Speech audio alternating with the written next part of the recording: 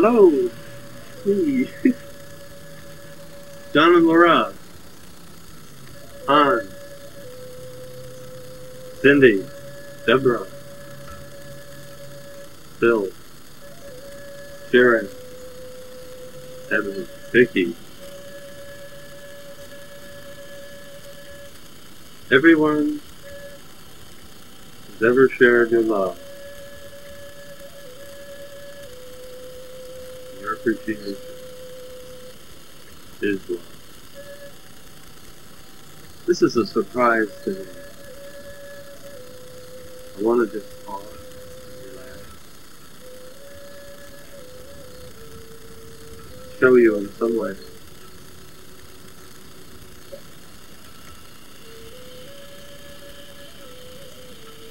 My expression of myself this day. It would go like this.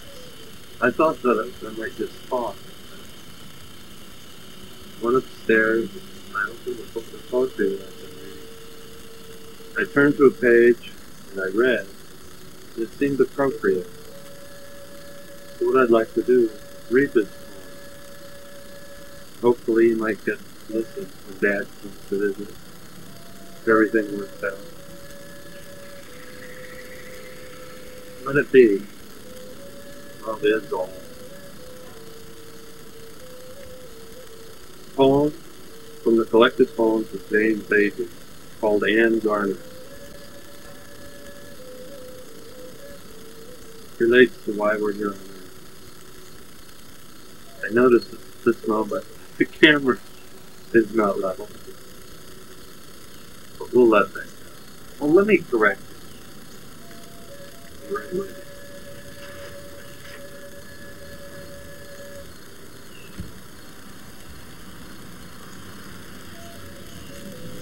Ah, no, it's perfect. Can it be? Called Anne Garner. Like a stone set free to mark a death, the bed leaned through the leaping darkness, gaunt and square, against the firelight. In her agony, bent like a birch lady, Anne Garner lay. The silent woman by her in the dimness, to the firelight, said to the husband, "She's laboring hard. Best set the plow beneath her." Hips went between the handles of the plow. He thrust the flame blue chair beneath the bed, and all the anguish flowed from her taut body, leaving her limp and silent in the darkness. Then from the shadows the old woman walked, holding on lute-like hands the stillborn child. The father drew the sheet to veil the eyes that sought to pierce the leaping darkness, where against the firelight, gaunt and square, the bed leaned like a stone set up to mark her death. In harsh nakedness the earth upward thrust its gaunt body through the thin shroud of snow. Above the rim of rocks in the east, like a dull band of metal bends the Dolomite.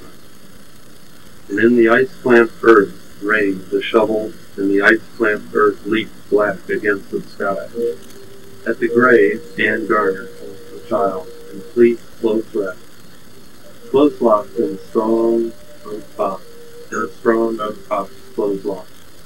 They lower him into the frozen earth, lower him on the frozen earth. The earth drums loud on the box. Loud ring the shovels and wails. The women ring across the barren fields.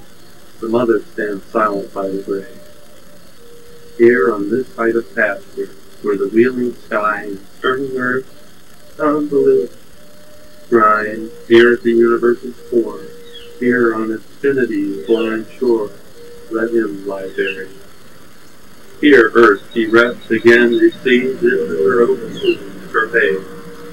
Let the womb cohere, the flesh of her babe become earth dust. Let the blood of the babe to the hidden wells of life drain downward. Let him live in womb of earth, in the swelling seed of every plant. Let him live, let him distill on rising nets. Let him be blown along the sky. Let him rise through womb and womb of light with stars at their birth. Let him again be born. High in the dark blue of the sky, the wind with gentle hand wove a fine web of snow, which from those silent fingers flowed in silence downward to trail across the stony hill, downward to settle over the black fields, and now, without end, the white-shrouded fields swept outward into oblivion and whiteness, and on every side an even whiteness was all the hand could see, save where the wind laid bare, in dreadful some black angled stone. That night her husband held her in his arms, spoke a few broken words, and in the darkness waited in sorrowful silence for the weeping, that he could better bear and better comfort when speech was spring. That at his side she lay, the white snows falling, falling in her soul, blinding her grief, save where some twisted stratum of her soul's framework thrust up bare and black, and thus she sat through the winter days, holding her grief within her as a woman, carrying a child unborn, cradles its presence, and sits apart in silence, cherishing its unborn life in joyful solitude. Her husband would sit in sorrow, watching her daily slip a little further, from his desire and sympathy and love. A few days later, answering his call, the midwife came once more to minister to Anne, and whom the unsuckled milk had cursed. Down to the pond's edge, the old woman lay, just where the ashen fell. "I'll start digging," she said, "and keep on digging till you strike the road. You're sure to find one hereabouts." He shoveled off the stone with the axe, chopped out the iron, kneeling the woman's tears bowed. And with her fingers clawed aside the frozen reeds, and there in the splintered ice and twisted roots she found a frog, frozen. Cupping it in her hand, she blew upon it, the white breath streaming from her twisted fingers until life stirred the wind. "Open your eyes," she murmured, and bared her aching breast. Then, holding by two legs the frog, she suddenly jerked. The frog hung throbbing in one of them against Anne's breast. She laid the trembling breast flat. That night, Anne left her husband's side and stole out to the barn. Through the warm dimness surged the lantern light, and in the light she saw the cloud. She stood a moment very still, then grasping the lantern's shining handle, and between the handles leaning through the shaft, each sifted on the floor, she pushed the point webbing, the dust, and sprang she to the biggest. Deep in the barn, the restless hooks burnt blue, and Anne left the plow, holding high the lantern that shed the light in dipping circles round her. She stopped before the stall where the black bull stood breathing silver mist into the darkness. The heat rolled out against her from the pine, and wondering at the gigantic tower enormous form and leaf on the widespread legs, staring, she reached out beneath her palm and laid it for a moment on her body. Then with a shudder drew her hand away and ran to the lantern, sucking all the light from the warm barn and from the stamping cattle. After that night, Anne was more strange and silent even than formerly. Through the steel blue dusk that joined so closely night with winter night, she would sit spinning in the chimney corner, the white bread flowing round the polished roof, the white snow falling in her soul. The ice thinned outward from the bank, the ice gone upon birches pitifully thin, and from the upland pasture the cold winter sky lifted its waist. And yet Anne sat and spun, always her eyes, always two stones were fixed on white circles streaming through the darkness. Thus passed the dim short day, and then in silence, drawing the sheet veiled her eyes, she lay upon the bed, which leaned against the firelight, like a dark stone set to mark the death. One night Anne woke in, ear pressed to the darkness, blues as the roll was called against the light. Light poured against the walls in sound forest. The walls of wood that locked her close within her. She sprang up and ran out into the night, blind from her running, through the hissing pines and out upon the naked lift of pasture, where lay her stillborn child.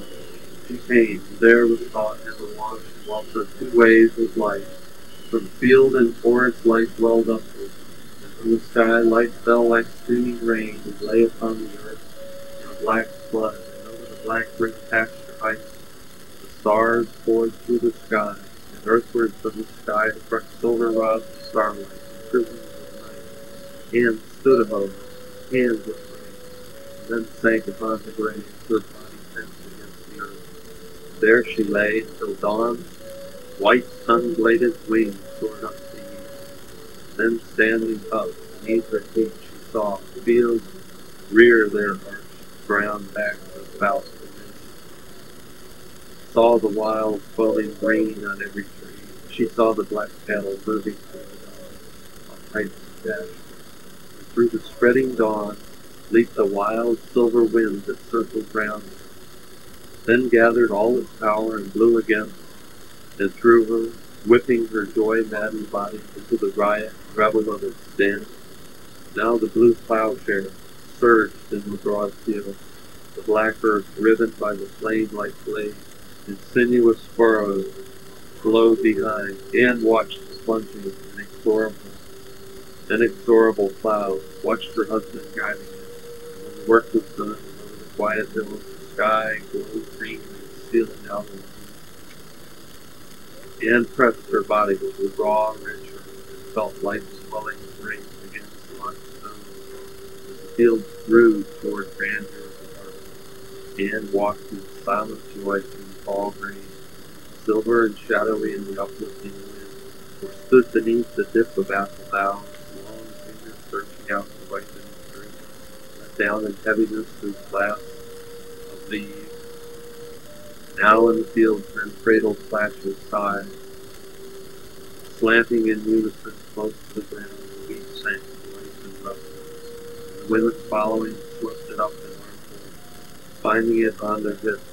But Anne stood by, chained to the earth by the bright golden green, her body towering in the gold sunlight. Above the crash of winds bewildering rain, above the harvest work of man and metal, on windy nights the apples thundered down. The fields grew hard and black as coal crept little by little into the bitter sky. Anne saw the trees lead unward their leaves, and saw the rose bush cower against the trellis, and saw the rose lock all its life and color within a bitter berry tremulous on the bare branch and the icy wind. She took her child and buried him again high in the pasture under the cold stars, and bent her body to the whirring wind. When in the high loops of the windy sky fine veils of snow were woven and blew out about the naked fields, then in her soul fell the white snow, the blind, soothing snow. As the years passed, the people turned to Anne in doubt about some matter of their planning.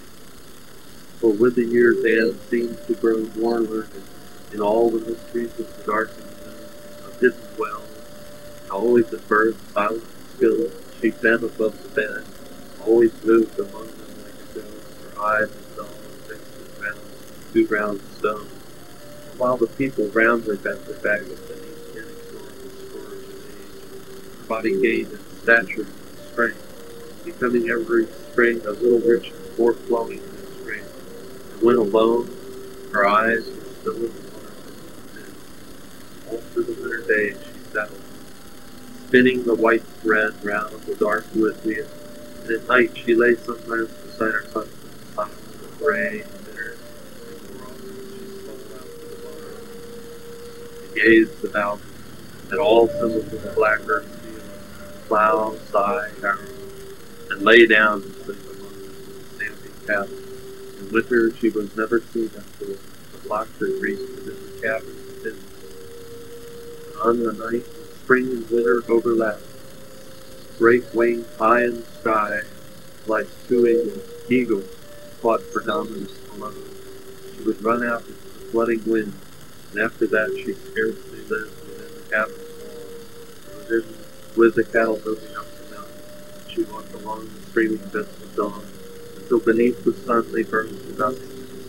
Then in the swaying dimness of the forest, she lay beneath the gnarled mountain wall, cool and calm of all of those leaves, or on the cool and calm fallen, the subtle ray, bright, the shiver of an earth forever tortured by the Mariah roots, crawling in darkness downward, and at night when the sheep whitely streaming down the bare hill, the darkness welled down the wide peaceful sky, and silence mourned over the misty earth. She rose from the height of naked pastures, watched the stars slowly swinging across the sky, or brooded above the wide fields that flowed into the starlight, cradling the life that blindly moved within. Life was in death. The world rolled back and barren in its mention, and life was locked deep over sheeting snow. Then wind and sun and rain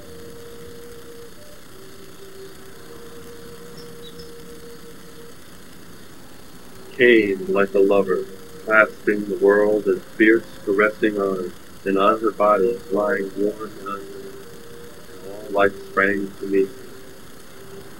With life of her own life, thus given each year's rebirth, Anne came to look upon herself as earth, and lying strained against the earth, cried out with joy at sweeping winds of the warm sun, the black rain that plunged into the earth. And thus, as the years passed, she lost the wither that governed human life, and seemed to live more like a tree or like the earth itself. The only intercourse with humankind she held was that of childbirth or with humans, or in the, or in the spring,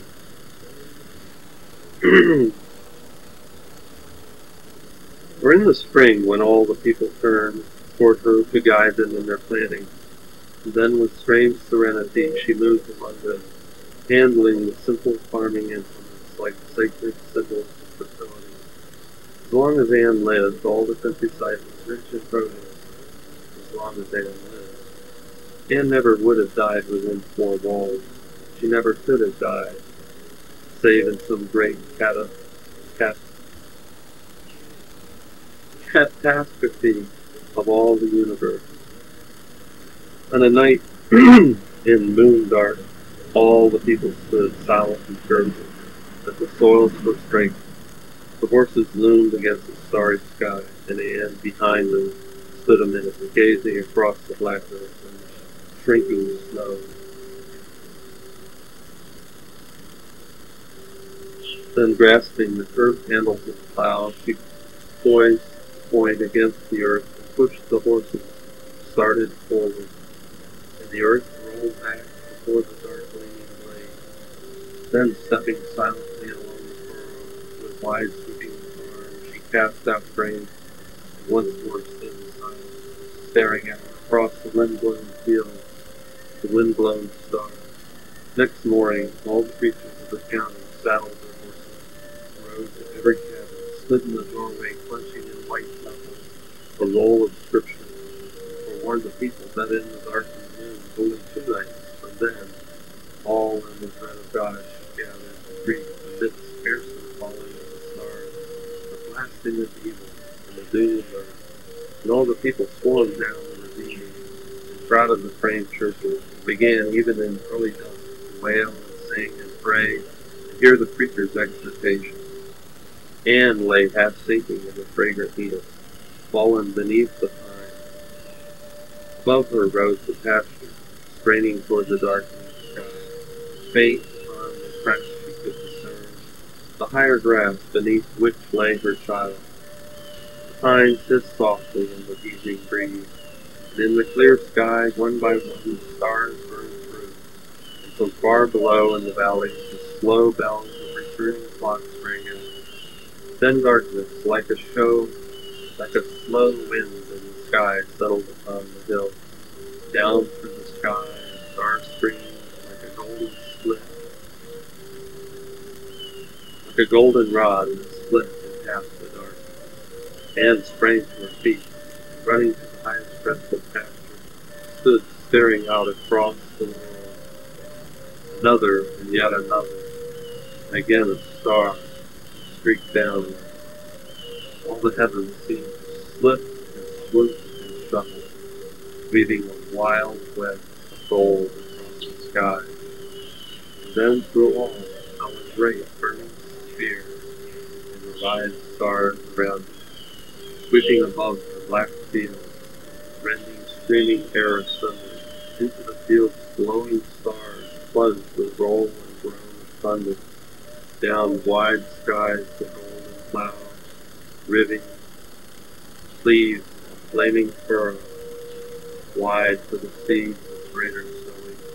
Whence comes the soul along the furrow, striding great upon the sky, sweeping wide a ringing hand, he sows the universe anew.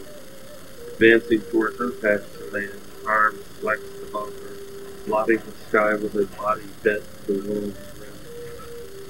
Her husband found her on the heave of earth, beneath whose lay her child, in 604, tight locked against the earth, and air was blown back from the hollow temple and away to roll in the head in savage eagles, which bent her body into one posture, clawing in jealousy at his sweat beard, he pondered the chiseling of his loss. And so transformed in death, the woman who lived beside him, silent as a ghost, then seeing that the clothes torn from her body were clenched in her own hands, he made all haste to bury her before his neighbor coming, and staring at that flared and joyful doubt, should nudge and whisper to believe the thing he knew could not be true. So from his cabin, returning with a shovel, he began to dig, turning to quest in a lustful mass. He dug down through the grave where years before his shovel rang into the ice-plant earth, and digging struck the mound. He pried it open, and strangely gazed upon the fleece that wrapped his child, and then lifting in his arms his wife, he lowered her among the broken roots, and starting to replace the little box stock. Priest, he clutched the crumbled bone, and in Anne Garner's mouth he sprinkled the bone, and on Anne Garner's eyes he sprinkled the bone, then gently laid the earth about and above her body, looked about him at the wind swept dawn, slowly through the trees, walked to his cabin.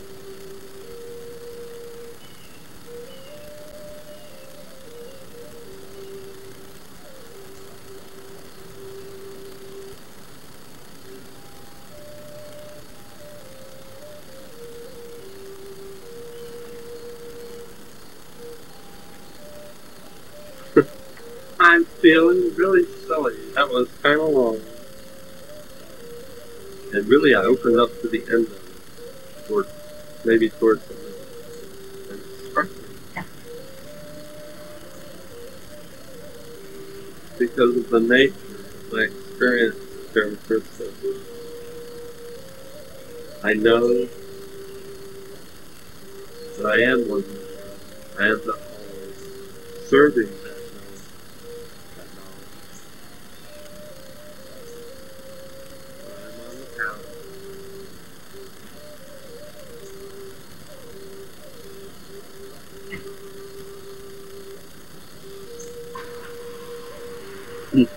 I do. You know, this is funny because in a way, I I think of my father watching this, wondering about his experience, and I think that part of that is maybe one of the reasons I never grew up.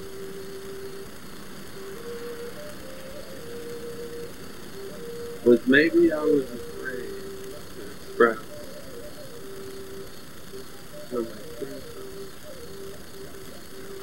are. I really believe that my parents know more or less. I think it's something within me that distrusts my own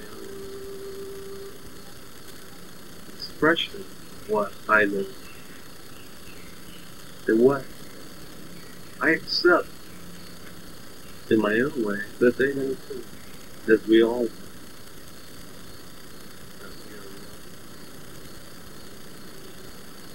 in love, that we are expressions of that we are not expressions of love.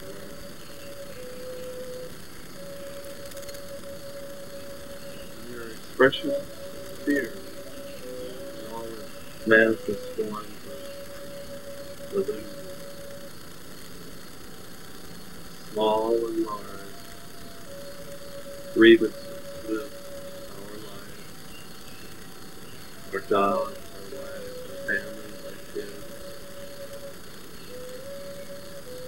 ourselves. The overcoming of this is important for all of us. The unlearning of fear.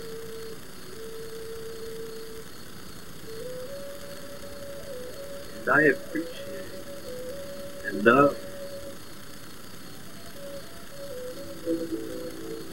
that it's my own journey, that it's important for me to live my life so that I can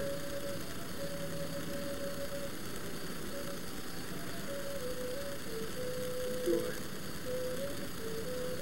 other people's lives for what they truly are. Expression of themselves as love.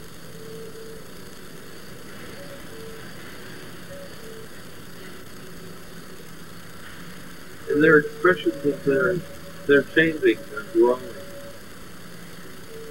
and that difficulties and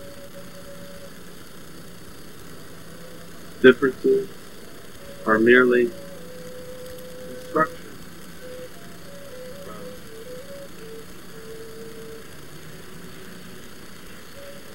our connection with Great Spirit, Mother Earth, and the teachings of the Great Master, Jesus, Buddha, of ourselves, our expressions of ourselves. That's love.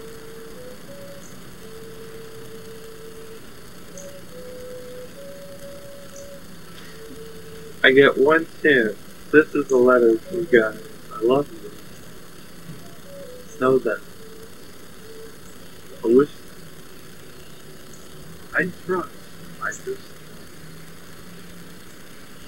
that what we're doing right now is okay. Man, I was thinking today at work. I had to work last night. We're doing a remodeling job at Penny's, and we have to work at night for a few days. And I went into work last night at 9 and got off at 7:30 this morning. So it's about 10:30 now, and it's kind of out of sync. So anything I might do right now is probably a little bit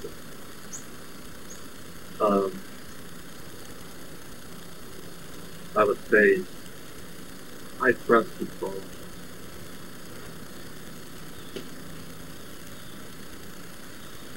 There's so, there's so much. This is a great book. It's a collected poems of James Agee.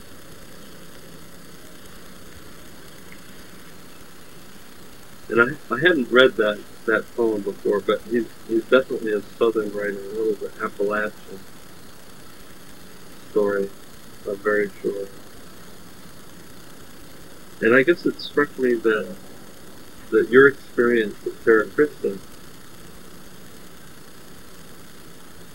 is very much built on the roots of your own lives, of people who live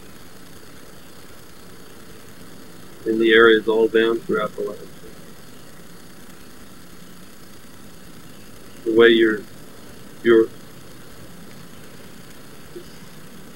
the way you are really tremendous.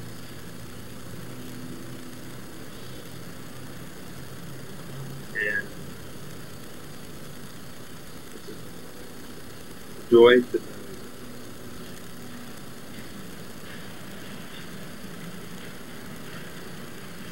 And I wish I had some great thing to say. It's been a funny summer. A lot of things have happened. A lot of things haven't happened. And I'm responsible for that. And I know that what I've done is what I've done. What I could do. Get better and better every day. This is an expression that we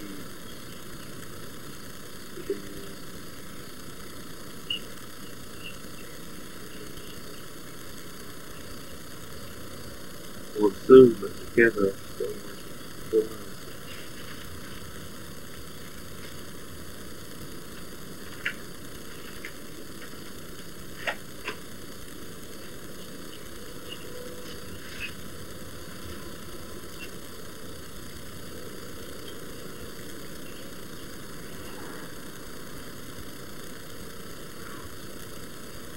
okay.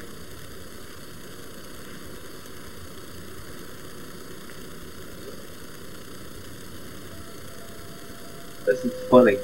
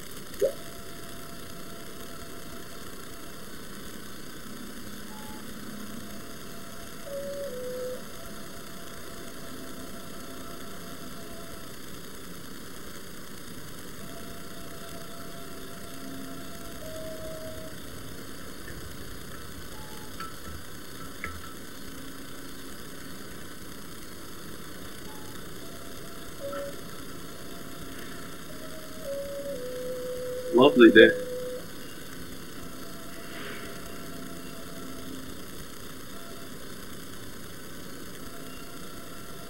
John. Hi.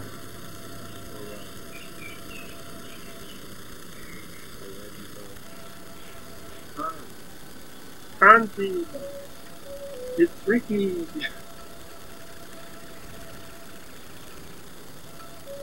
I said,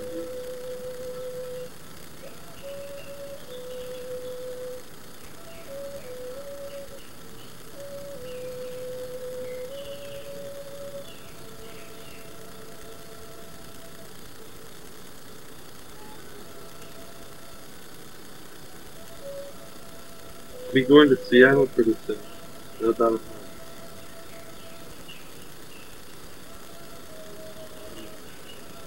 I'm driving one of the vehicles of a fellow I met on my first day at work when I came back to Richmond this summer. This fellow named Jim drove up to the house where we were working. And he and I were unloading some lumber, and I said, "Where are you from?" He said, "Seattle." And I went, that's neat. So we were talking, and he's fished in Alaska, and he's a carpenter. But he was working for the contractor,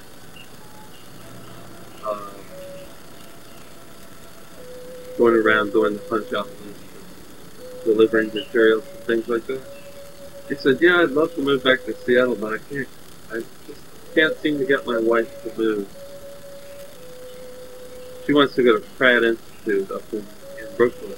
She's never been to Brooklyn, and I grew up part of my life in New York. So later on in the summer, I kept running into him. When are you going?" He said, "I don't know." And then in August, he said he and his wife had been up to Brooklyn, to New York, She gone. She went. I can't live. They said, well, let's go to Seattle. Soul plays jazz. And she said, come on, you'll love it. And she went, okay, let's do it. And so that was great. So what they did was they made plans for their trip. They put their house up for sale. And maybe they didn't put their house up for sale. They broke their lease or whatever they did. I don't know. I thought he probably had. Anyway, I hadn't run into him for a while, and I more or less not thought about going out with him because I thought I was leaving in September, and I'd lost his phone number. I could have gotten it, but I was just going to let things go. And then the other night, a friend of mine called up and said, let's go to a movie.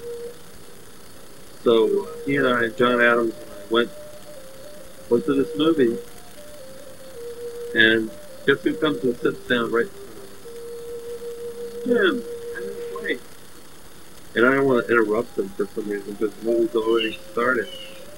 So John and I get up after the movie and walk out, and I forgot all about it. And we leave, and we're about 2 blocks away, and I said, John, hold on, I gotta go back to talk to Jim.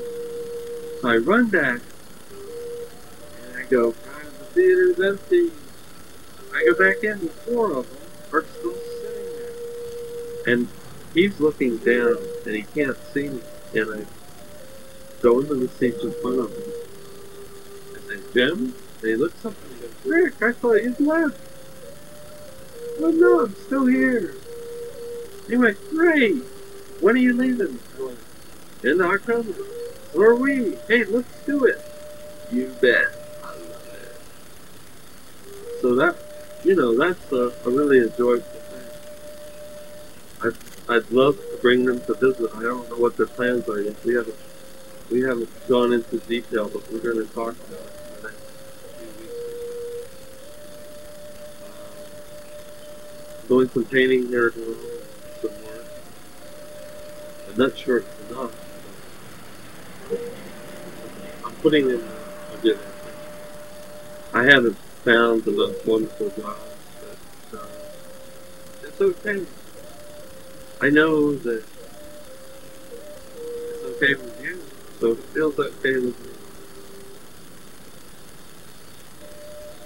If I'd known I was going to be here this long, I probably would have gone to that. But it's just last night, yesterday afternoon, and I actually unpacked a bunch of stuff that I brought back with me. And I said to myself, if you're going to be here a month or 6 weeks, live here. Be here. Stop being the boy in the box. Which I've been for a long, long time. And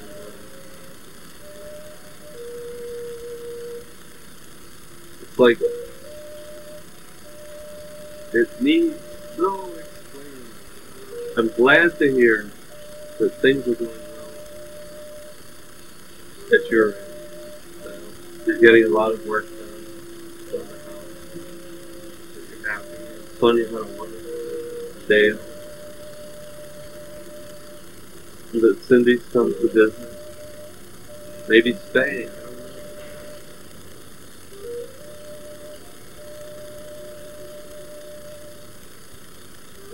know. I talk to Danny regularly. He's happy.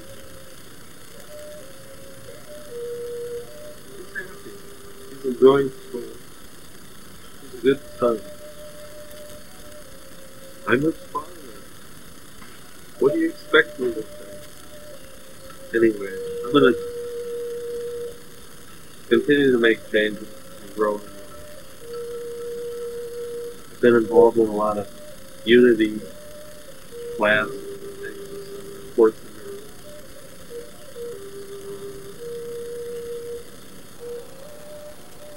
Had a wonderful time at the Harmonic Convergence after I talked to you.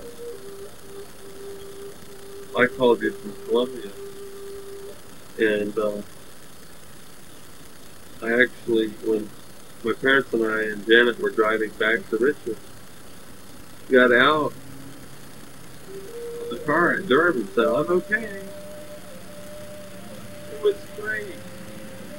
The first day I was there, I did run into Sharon. I met Allegra and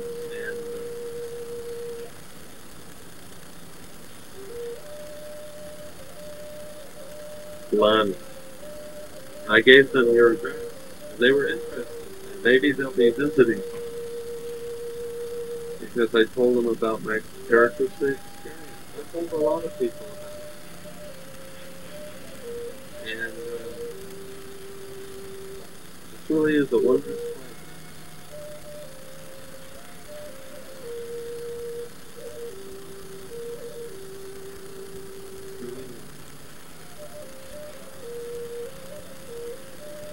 When I haven't been doing much writing, I kept a journal through the summer. For most of the summer, I was just too exhausted from the heat. And I don't know. Maybe it was because I went through that period where I was writing so much on into the spring, and somehow the writing, I wasn't writing my life. It was like there was this thing going on that was different from what I was doing. It was like I wasn't making my life the way I saw it. It was like it was becoming something else. So I just thought maybe I should leave that alone. And the other day I was talking to somebody and they said that they started to write, affirmations for, positive, loving, living, planned progress, planning your life through colorful, expressive, poetic images. And I thought, I'll be doing that. I had a positive attitude, but what I was recording was the past. As it happened, I wasn't programming a positive present. I was experiencing a positive presence, but it was a presence that continued in like segments. It, one, I probably don't even know the meaning of what it was, because the experience was beautiful. And it wasn't a great intellectual or scholarly or educated way of thinking. It was pure expectation and expression of experience as it is, as I could express it in that moment. It was the best expression I had. And still growing. A wondrous day. Winds blowing, the temperature probably in the 70s. This is so long. I wish there was a funny man that I could tell jokes. We did have some laughs, didn't we? I remember walking in the snow. Not the snow was one thing. The sky so dark, it was so full of stars. Walk up the mountain, it was busy for visits with Dad and his wife. All those people, so beautiful. Harry and his wife.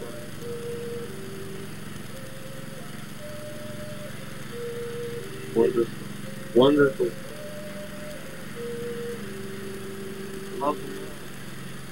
Really do. I'm just a guy. I can't believe it.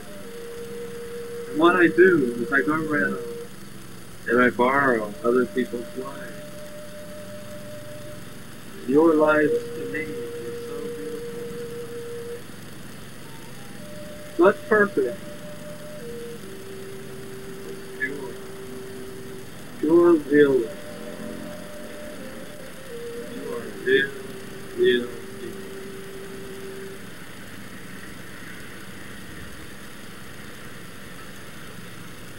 And I saw myself, my true self, as an expression of that same feeling.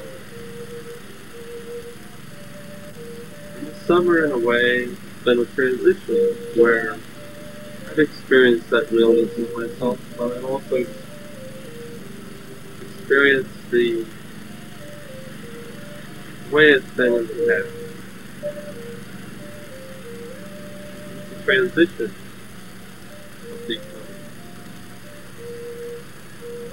It's not easy. It is, I don't trust myself yet. But I've had moments, pure joy.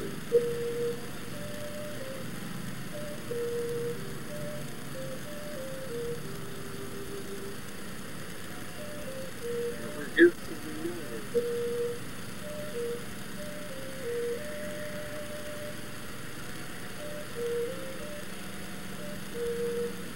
I'm not much good at monologue. It's a wonderful dialogue. Like, you know how we are together? Like that. And each one different because we're all different. I'm different for them, they're different for me. Someone else is different to them who sees it differently than they see me. You know, I mean, it's like we're all just creatures. Have so many different ways of expressing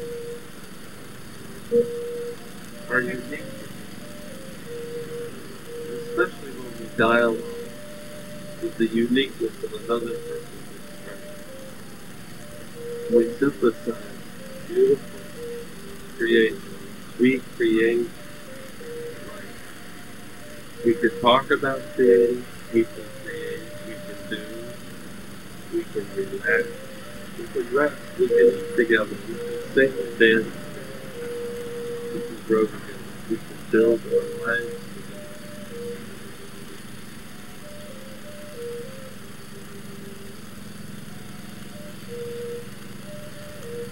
Okay.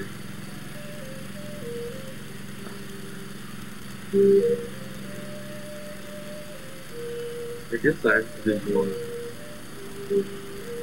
for practice because I'm not comfortable. I'm comfortable. I am. The thing is, I think, you're okay. Right? It's okay to be. You don't have all the money. I look a little sad because of fire. This is the best thing that's happened to me in a while. And 2 days, 3 days. No, that was a joke. Um,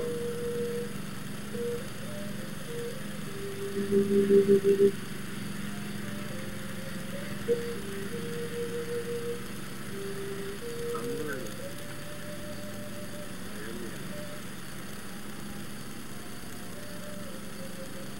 I don't know what matters. To me, I can't know anything other than I can listen, find a way for myself to understand, and I'll always want to go. You'll let me go. Do I ask the question? Do you want help? Or do I just recognize that like myself. A lot of people struggle by themselves, many years, out of fear,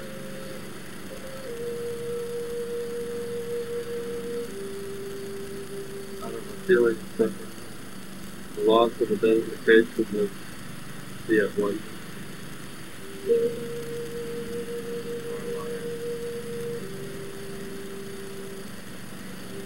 for some it seems to come so easy.